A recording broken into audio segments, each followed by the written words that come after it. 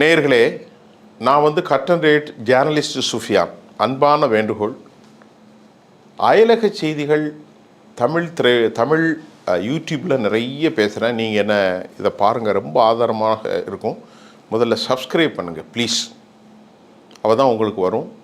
தமிழ்நாட்டு அரசியல், தேசிய அரசியல், அயலக அரசியல். அமெரிக்கா ஏன் தோல்வியை சந்தித்தது? இஸ்ரேல் ஏன் அவமானத்துக்கு உள்ளானது?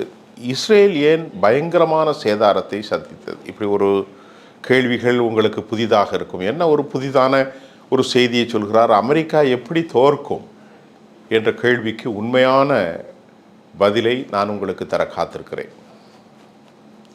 ஈரானில் கடந்த சில நாட்களாக 20 நாட்கள், பிப்ரவரி 28 தொடங்கிய போர் பல நூற்றுக்கணக்கான ஆளுமைகளை உளவு அமைப்புகள் படுகொலை செய்துவிட்டார்கள். இந்த படுகொலைக்கு ஏஐ தொழில்நுட்பத்தின் மூலம்தான் அவர்கள் துல்லியமாக கண்காணிக்கப்பட்டு இராணுவ ஜவான்கள், ஆட்சியாளர்கள் கொல்லப்படுகிறார்கள் என்கின்ற தகவல்கள் பெரும் பரபரப்பை ஏற்படுத்தியிருக்கிறது. அமெரிக்கா எப்படி தோல்வியை சந்தித்தது என்ற கேள்வி உங்களுக்கு எல்லோருக்கும் ஏற்பட்டது. அமெரிக்காவுடைய தோல்விக்கு மூல காரணம், அமெரிக்கா வெனிசுலாவில் நிக்கோலஸ் மதுலாவை சில மணி நேரத்தில் காவு கொண்டு தூக்கி சென்று விட்டார்கள். அதை போன்ற ஒரு தேசம் இஸ்ரேல், ஈரான் அல்ல. வலிமையான தேசம், பெரிய நிலைப்பரப்பு, காடுகள், மலைகள், மக்கள் அதிகம் வாழும் இடங்களை கொண்ட ஈரானில் பெர்சியர்கள் என்று அமைக்கப்பட்ட ஷியா முஸ்லிம்கள் ஏராளமானவர்கள் அங்கே வாழுகிற காட்சியும் நாம் காண முடிகின்றது. இந்த பெர்சியர்கள் வலுவான கலாச்சார பின்னணியும் ஷியா முஸ்லிம் அதிகாரமும் ஷியா முஸ்லிம் கொள்கையும் கொண்டவர்கள். ஆயத்துல்லா கமேனி வடிவமைத்தார். அவர் கொல்லப்பட்டாலும், ஏராளமான இராணுவ தளபதிகள், சயின்டிஸ்டுகள், அரசியல் தலைவர்கள் கொல்லப்பட்டாலும் அவர்கள் மிக முக்கியமாக அமெரிக்காவை துவம்சம் செய்து விடுவோம் என்பதில் உறுதியாக இருந்தார்கள். அதற்காக என்றாவது ஒரு நாள் தாங்கள் தாக்கப்படுவோம், தாங்கள் அழிக்கப்படுவோம், தங்கள் மீது போர் ஏவப்படும் அமெரிக்காவால் என்பதை எதிர்பார்த்து 1979 ஏராளமான ஆயுதங்களை அவர்கள் சேமிக்க ஆரம்பித்தார்கள். மிசைல் தொழில்நுட்பத்தை கற்றுக்கொண்டார்கள். மிகப்பெரிய அளவில் வடகொரியாவும், சீனா, ரஷ்யா போன்ற நாடுகள் அவர்களுக்கு இந்த தொழில்நுட்பத்தில் ஆர்வமூட்டின. பண்டமாற்று முறையாக உலகத்தில் தடை செய்யப்பட்டு அமெரிக்காவால் 1979 அடக்கப்பட்ட அவர்கள் தொடர்ந்து போராடி ஆயுதங்களுக்காக எண்ணெய் விற்க ஆரம்பித்தார்கள். நாட்டின் பெரும் வறுமை இருந்தாலும் ஐஆர்ஜிசி, இஸ்லாமிக் ரெவல்யூஷனரி கார்ட்ஸ் படை ஆயுதங்களை தயாரித்து உலகின் மிகப்பெரிய ட்ரோன் வடிவமைப்பாளர்களாகவும் மிசைல் வடிவமைப்பாளர்களாகவும் அவர்கள் மாறினார்கள். இன்றைக்கு அமெரிக்காவுடைய கப்பல்கள் யுஎஸ்எஸ் ட்ரூ ஹரிமன், USS Abraham, USS Gerald R Ford போன்ற பெரும் கப்பல்கள் வெற்றி கொள்ள முடியாமல் துவம்சம் செய்யப்பட்டதின் மிக முக்கிய காரணம் இவர்களுடைய தொழில் நுட்பமும் இவர்களுடைய மிசைலும் தான். ஆயிரக்கணக்கான அமெரிக்கர்கள் கொல்லப்பட்டு விட்டார்கள். பல்லாயிரக்கணக்கான இஸ்ரேலுடைய பில்டிங்கள் தரைமட்டமாக்கப்பட்டிருக்கிறது. அப்படி என்றால் பல்லாயிரக்கணக்கான மக்கள் உயிரிழந்திருக்கிறார்கள். எண்ணிலடங்கா 17,000 கிலோமீட்டருக்கு மேலான ஏராளமான நீண்ட தூர ஏவுகணைகளை அனுப்பி Israel Tel Aviv, Haifa, Ashkelon, மேற்கு கரை, வெஸ்ட் பேங்க், ஜெருசலேம் எல்லாவற்றையும் அவர்கள் அடித்து காலி செய்து உலகத்தில் அமெரிக்கா இப்பொழுது பின்னோக்கி போயிருக்கிறது. அமெரிக்காவுடைய செனட் சபையினுடைய மிக முக்கியமானவர்கள், இவருக்கு ரொம்ப ஆலோசனை வழங்கிய டேவிட் கெயின் போன்றவர்கள், ஜோகென் போன்றவர்கள் எல்லாம் அமெரிக்கா தோல்வியை ஒப்புக்கொண்டு சிக்குப்பட்டு கொண்டதாக ஜான் பால்ஸ் போன்றவர்களும் கூட தங்கள் கருத்தை வலிமையாக வைத்திருக்கிறார்கள். இதன் விளைவு என்ன? அமெரிக்கா தனது போர் கப்பல்களை நேற்று இடமாற்றியிருக்கிறார்கள்.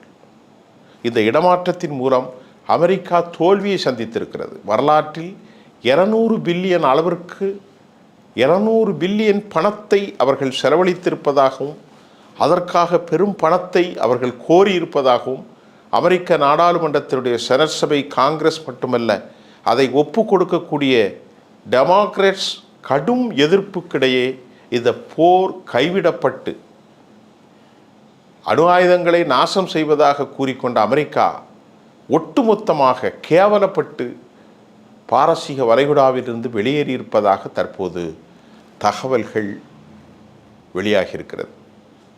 பலாயிரக்கணக்கான அமெரிக்க வீரர்கள் அல் உதீது தளம் கத்தரில், சவுதி அரேபியாவில், குவைத்தில், யுனைடெட் அரபு எமிரேட்ஸ், அதே போன்று பஹ்ரைன், ஓமன், ஜொர்டான், எல்லா நாடுகளிலும் ஈராக்கில் இருக்கும் அமெரிக்க கான்சுலேட் தலைமை வரை பயங்கர சேதாரத்தை சந்தித்து அமெரிக்கா வரலாற்றில் இப்படி ஒரு தவறை ஒருபோதும் இழைக்க மாட்டோம் என்ற அளவிற்கு ஓடி இருக்கிறார்கள். அமெரிக்கா கொண்டு வந்த ஆயுதங்கள் எல்லாம் என்னாச்சு என்ற கேள்வியிடும். சவுதி அரேபியாவும் யுனைடெட் அரபு எமிரேட்ஸும் கத்தரும் அண்மை காலத்தில் 300 லட்சம் கோடி ரூபாய், 3 டிரில்லியனை அமெரிக்க அதிபருக்கு கடந்த 2025ஆம் ஆண்டு ஜனவரி 19ஆம் தேதி தாரை வார்த்தார்கள். அதாவது அமெரிக்காவில் முதலீடு செய்தார்கள். 13 லட்சம் கோடி ரூபாய் அளவிற்கு இராணுவ தளவாடங்களை, F-35 போன்ற ஸ்டெல்த் விமானங்களையும் கூட அமெரிக்கா மத்திய கிழக்குக்கு, சவுதி அரேபியாவுக்கும், யுனைடெட் அரபு எமிரேட்ஸ் மற்றும் கத்தருக்காக அவர்கள் சப்ளை செய்தார்கள். எறும்பு கூட அமெரிக்காவுடைய தாட் சிஸ்டம், அமெரிக்காவுடைய பேட்ரியாட் சிஸ்டத்தை உள்ளே நுழைய முடியாது என்று எல்லா இடங்களிலும் அவர்கள் நிறுவினார்கள்.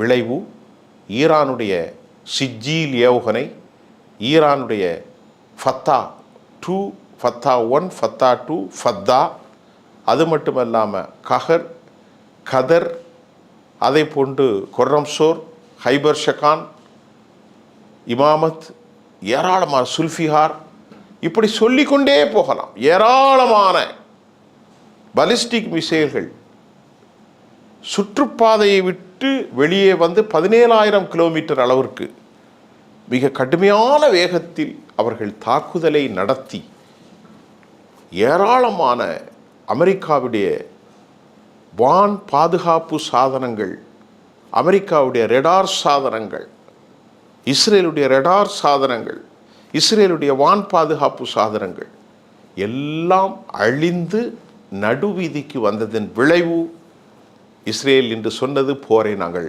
நிறுத்தப் போகிறோம். அமெரிக்காவுடைய அதிபர் சொல்கிறார், போரை நாங்கள் நிறுத்தப் போகிறோம். ஏனப்பா நிறுத்தப் போகிறீர்கள்? நாட்டில் ஆட்சி மாற்றத்தை கொண்டு வருவேன் என்று சொன்னீர்களே என்று கேட்டதற்கு, இனி அடிப்பதற்கு இலக்கே இல்லை, எல்லாவற்றையும் அழித்து விட்டோம். இராணுவத்தை, இராணுவ கட்டமைப்பை, இராணுவ டேங்கர்களை, விமானங்களை, மிசைல் தொழில்நுட்பம் எல்லாவற்றையும் நாங்கள் அழித்து நாசம் செய்துவிட்டோம், உருக்குலைந்து விட்டோம். இனி ஈரானில் அடிப்பதற்கு ஒன்றுமில்லை என்று வெறும் காதில் பூவை சுட்டுகிறார்கள். சொல்லிக் கொண்டிருக்கிற போதே ஈரான் மலை குண்டுகளுக்கு கீழே வலிமையாக வைத்திருந்த மிசைல்களை ஏவியது. கொத்து கொத்தாக ஷாஹின் ட்ரோன்கள் ஏவப்பட்டன. 600க்கும் மேற்பட்ட பலிஸ்டிக்ஸ் மிசைல்கள் ஏவப்பட்டது. 1400க்கும் மேற்பட்ட ஷாஹின் ட்ரோன்கள் ஏவப்பட்டது. ஈரான் இந்த முறை வெற்றி பெற்றதற்கு பெரும் காரணம் சீனா மற்றும் சோவியத் யூனியன், அதாவது ரஷ்யா, செய்வதி படங்களின் மூலம் அமெரிக்க இலக்குகளையும் யூத இலக்குகளையும் மிக மிக துல்லியமாக அவர்களுக்கு அடையாளம் காட்டினார்கள். அந்த அடையாளத்தின் விளைவு அவர்கள் துல்லியமாக தாக்கப்பட்டார்கள். விளைவு எல்லாவற்றையும் இழந்த அமெரிக்கா இன்றைக்கு நட்புகள், குறிப்பாக நீங்கள் புரிந்து கொண்டவென்றால், பல ஆண்டுகளாக பல நூறாண்டுகளாக நட்பில் இருந்த யூரோப்பிய யூனியனும் கூட அமெரிக்காவுடைய செயல் திட்டத்தை ஏற்க மறுத்து இந்த போரிலே அவர்கள் நாங்கள் கலந்து கொள்ள மாட்டோம் என்று சொல்லி வெளியேறியது அமெரிக்காவுக்கு பெரும் இழப்பு. போரில் தோல்வி மட்டுமல்ல, பல லட்சக்கணக்கான மத்திய கிழக்கினுடைய முதலீடுகள் அவர்களை விட்டு அகலப்போகிறது. அமெரிக்காவுக்கு பல லட்சக்கணக்கான டாலர் டிரான்சாக்ஷன் இனி மாறப்போகிறது. இந்த போர் நிறைவடைவதாக அறிவித்தாலும் இன்னும் முழுமையாக ஒரு புரோட்டோகால் அடிப்படையில் UN security council, international atomic energy agency, NATO நாடுகள், மத்திய கிழக்கின ஒபாக் நாடுகள், உலகின் சமாதானமான நாடுகள் அனைத்தும் அமெரிக்காவை, இஸ்ரேலை ஒரு பொது கருத்தின் அடிப்படையிலே தீர்வெடுக்கப்பட வேண்டும். அது பலஸ்தீன விடுதலையும் அங்கே உண்டு.